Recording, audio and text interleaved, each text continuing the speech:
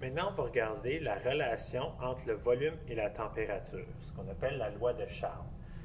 Quand je fais cet exercice-là avec les élèves, je vais mettre 3 élèves dans une boîte. Ils bougent comme des particules, donc en ligne droite, mouvement régulier, des collisions élastiques. Et je demande aux autres élèves de compter les collisions. Ça fait qu'en 30 secondes, il y a environ 20 collisions. Puis là, je dis aux élèves, OK, si on veut garder la pression constante, donc si on veut garder le même nombre de collisions, mais que je double le volume, qu'est-ce qui devra arriver? Puis la plupart des groupes le trouvent.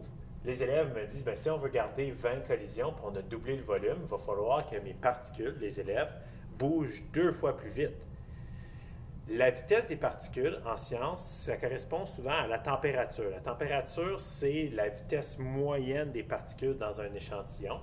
Donc, à ce moment-là, si on double le volume, on pourrait dire alors qu'il faut doubler la température pour garder la même pression. Doubler la vitesse des particules, donc doubler la température.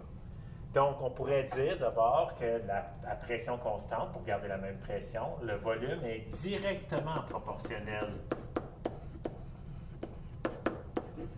à la température.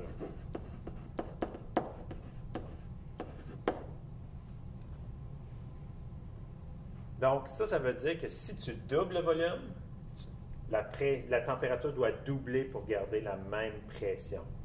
Ou si on réduit le volume de moitié, bien, la température va diminuer de moitié aussi.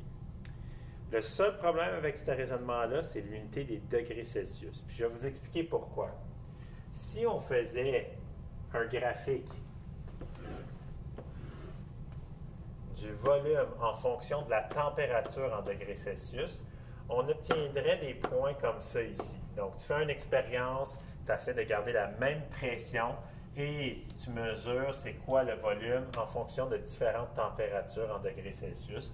Tu vas obtenir des points qui vont former une droite, mais la droite ne croisera pas le point 0, 0, ne croisera pas l'origine. Elle va avoir une ordonnée à l'origine qui est positive. Et c'est normal, OK? La raison pourquoi c'est normal, bien, si tu penses de façon logique, si tu as une température de 0 degré Celsius, est-ce que le volume est de 0? Donc, si tu as un ballon et tu sors dehors, est-ce que ton ballon va complètement se dégonfler parce qu'il n'y a plus de volume parce que tu es à 0 degré Celsius? Bien, la réponse est évidente et c'est non. Donc, les scientifiques se sont dit, bien, qu'est-ce qu'il faut pour que la droite passe par l'origine? Bien, il faudrait trouver la température la plus froide qui existe. Où est-ce qu'on aurait théoriquement un volume de 0 pour n'importe quel gaz? Comment trouver cette température la plus froide-là? Bien, ils l'ont trouvé justement avec cette expérience-là. Si ici, tu as déjà une droite qui continue, bien, c'est pas difficile de s'imaginer que si je continue mon axe de température dans les températures en degrés Celsius négatives, bien, il y a un moment donné que ma droite va croiser l'axe des X et comme ça, je vais pouvoir trouver l'abscisse à l'origine.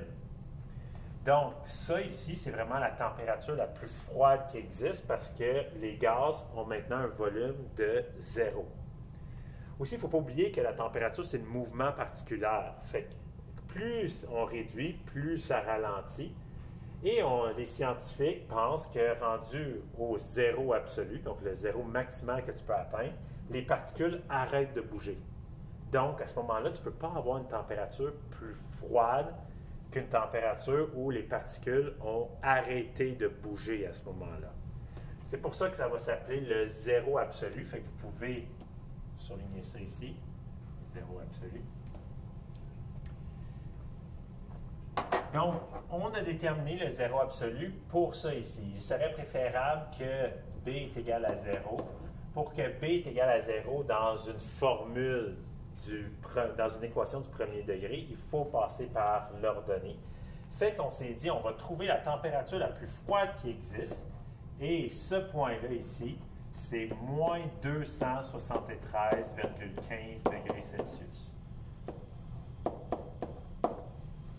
Donc, quand quelqu'un vous dit « Ah, il fait tellement frais, il fait moins 400 degrés Celsius dehors », ben, tu peux le corriger et dire que c'est scientifiquement impossible parce que la température la plus froide, c'est moins 273,15 degrés Celsius.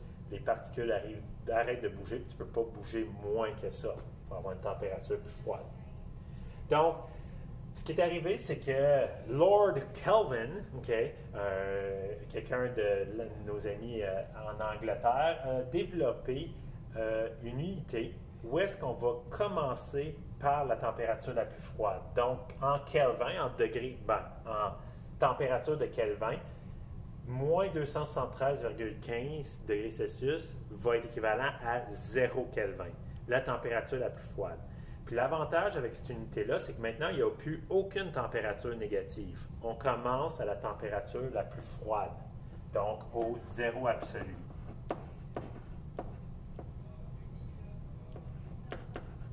L'avantage de ça, c'est que maintenant, dans notre graphique de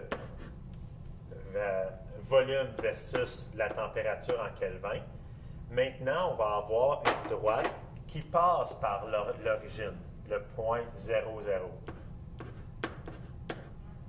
Parce qu'à 0 Kelvin, c'est la température où les particules arrêtent de bouger et les volumes est égal à 0. Pour faire la conversion de Kelvin en degrés Celsius, la formule c'est simple. Si tu as une température en Kelvin et tu veux savoir c'est quoi en degrés Celsius ou vice-versa, voici la formule. Température en Kelvin est égale à ta température en degrés Celsius plus 273,15. Donc, s'il fait une belle journée, 20 degrés Celsius à l'extérieur, 20 plus 273, donc il fait 293,15 Kelvin à l'extérieur. L'unité, c'est juste K pour Kelvin, un K majuscule. Maintenant, si on regarde notre droite ici, une équation de la droite en vert que j'ai faite ici, c'est tout le temps y est égal à mx plus b. Le y ici est le volume. La pente, c'est la pente. Le x, c'est la température en Kelvin. Et b est égal à 0 parce que en Kelvin, on passe à l'origine. Puisque la pente est pareille partout, est constante, à ce moment-là, un certain point dans mon graphique va avoir la même pente qu'un deuxième point dans mon graphique, en autant que la température est mesurée en Kelvin. Donc, la loi de Charles, c'est justement ça ici. Oups, ici j'ai mal réarrangé ma formule, j'ai fait le produit. Si je voulais isoler M ici, il fallait que je divise par T des deux côtés. Donc, c'est le volume sur T. Donc, le rapport entre V1 et T1 est égal à la pente. Le rapport entre V2 et T2 est égal à la pente. Donc, la formule de la loi de Charles, c'est V1 sur T1 est égal à V2 sur T2. Et ça sera toujours vrai, en autant que deux choses soient respectées. Il faut que la pression soit constante. Il faut que la température soit en Kelvin.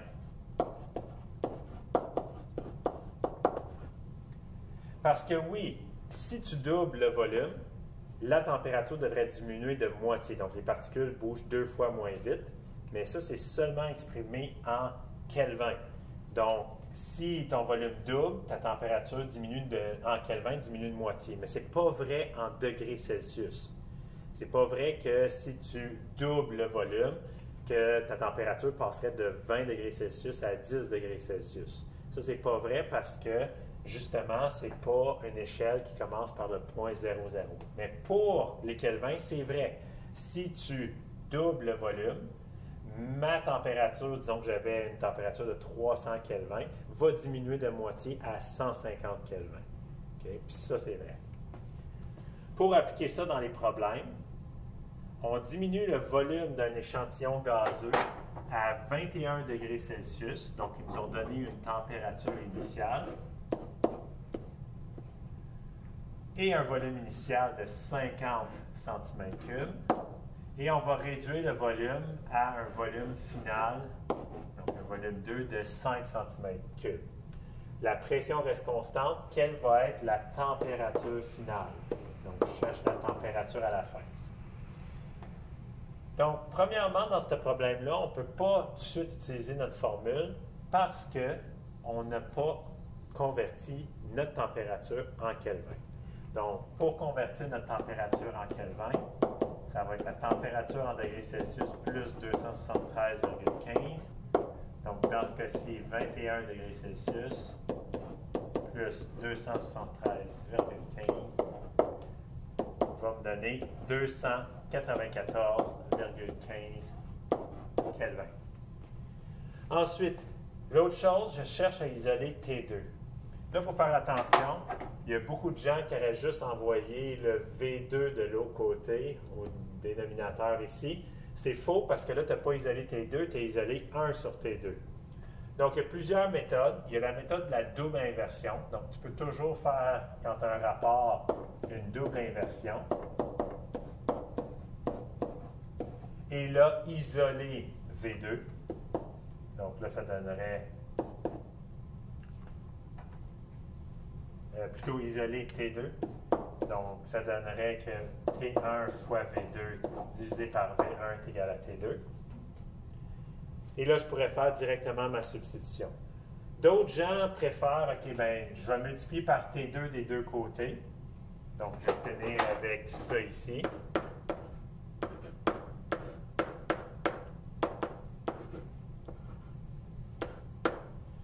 V2 sur 1, ben, c'est égal à V2. Ensuite, si je cherche à isoler T2,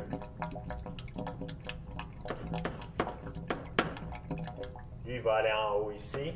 V2, T1 sur V1.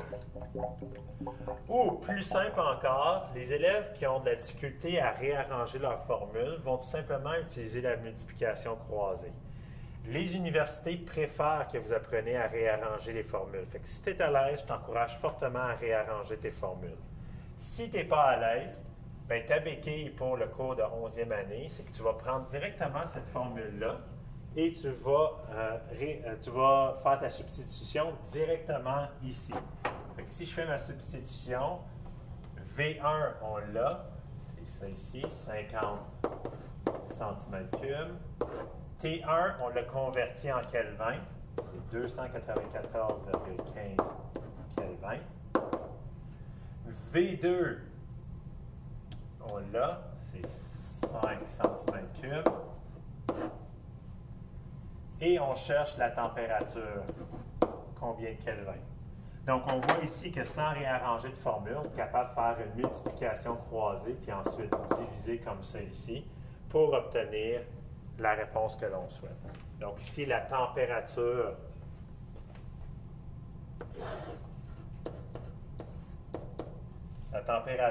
finale va être égale à 29,4 Kelvin. Maintenant, généralement, dans ces problèmes-là, ils vont vous demander d'exprimer votre réponse en degrés Celsius. Donc, il va falloir que tu convertis tes Kelvin en degrés Celsius. Pour faire ça, tu prends ta formule, température en degrés Celsius est égale, si je reprends la formule que j'avais écrite ici, si je cherche à isoler celui-là ici, je vais faire moins 273 des deux côtés. Donc, c'est ma température en Kelvin, moins 273,15. Température en Kelvin, c'est 29,4, moins 273,15. Va donner une température de moins 244 degrés Celsius. Maintenant, pour les chiffres significatifs, c'est un peu plus compliqué parce qu'on a des multiplications, des divisions et une soustraction. Donc, si on regarde ici, de notre problème, on avait 3 chiffres significatifs, 3 chiffres, 2 chiffres significatifs. On a fait une addition ici. Donc là, il fallait regarder les chiffres après la virgule. J'avais un chiffre après la virgule, j'en avais 2. Fait qu'il y avait juste celui-là ici qui était significatif. Donc, dans ma température, lorsque j'ai fait ma multiplication croisée, j'avais 4 chiffres significatifs fois 2 chiffres significatifs divisé par 3 chiffres significatifs. Fait que j'avais juste en réalité 2 chiffres significatifs dans ma réponse. Cependant, après que j'avais ma réponse, j'ai fait une soustraction. Une soustraction, il faut regarder les chiffres après la virgule. Donc, ici, en réalité, j'avais 0 chiffre après la virgule parce que le 4 n'était pas significatif. Ici, j'ai 2 chiffres après la virgule. Donc, dans ma réponse finale, il fallait que je garde 0 chiffre après la virgule. Fait qu'ici, il est déjà exprimé avec le bon nombre de chiffres significatifs.